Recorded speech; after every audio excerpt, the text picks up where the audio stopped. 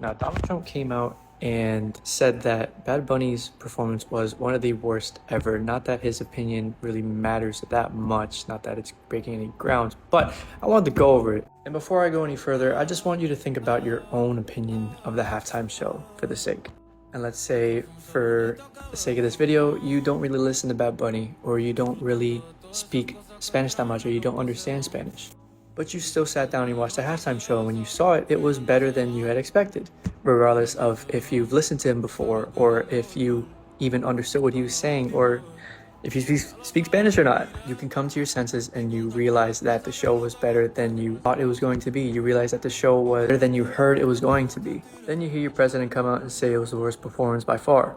What does that do to you? Do you now say, oh yeah, I didn't really like his performance, wasn't that great anyways? Or do you say that you disagree because you thought it was gonna be one thing and you thought you weren't gonna enjoy it, but it turns out that you enjoyed it more than you thought you were going to, and it did better than you thought it was going to?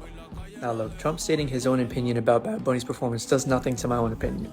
Trump stating his opinion on the halftime performance has more purpose than just him blatantly stating his opinion. And it's because he wants you to agree with everything he does. Trump doesn't have to put his opinion out there. He doesn't really have to care. I mean, I guess as the president of the country, everyone's going to be looking at everything he cares about, or caring about every opinion he has to say. The agenda behind it is to just say it, because there are going to be people who follow it, even if it means conforming their own belief. Because to them, the government knows more than they do. Therefore, federal government's opinion supersedes their own. Now, personally, as a Puerto Rican, I don't really care what it is they have to say, but isn't it weird that they state their opinions, just blatantly like that? Because they want you to agree with them. They want you to follow with what they say. They want you to listen to everything that they say. And personally, I don't care whatever it is that they have to say, because in the 13 minutes that Bad Bunny performed, he did more for love and for unity and uniting the country and bringing all the Latin communities together and beyond, including Canada in there. He's done more in those 13 minutes of uniting everyone together than our current administration in over a year. That's not even mentioning Trump's first term as well.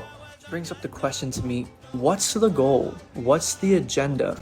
Why is the agenda constantly to continue to stir up anger and to stir up division within the country? Like, you don't want a United States of America, do you?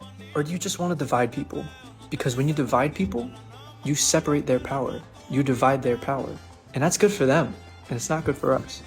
So the next time you hear someone in power state their opinion, just think about what the purpose is in stating their opinion.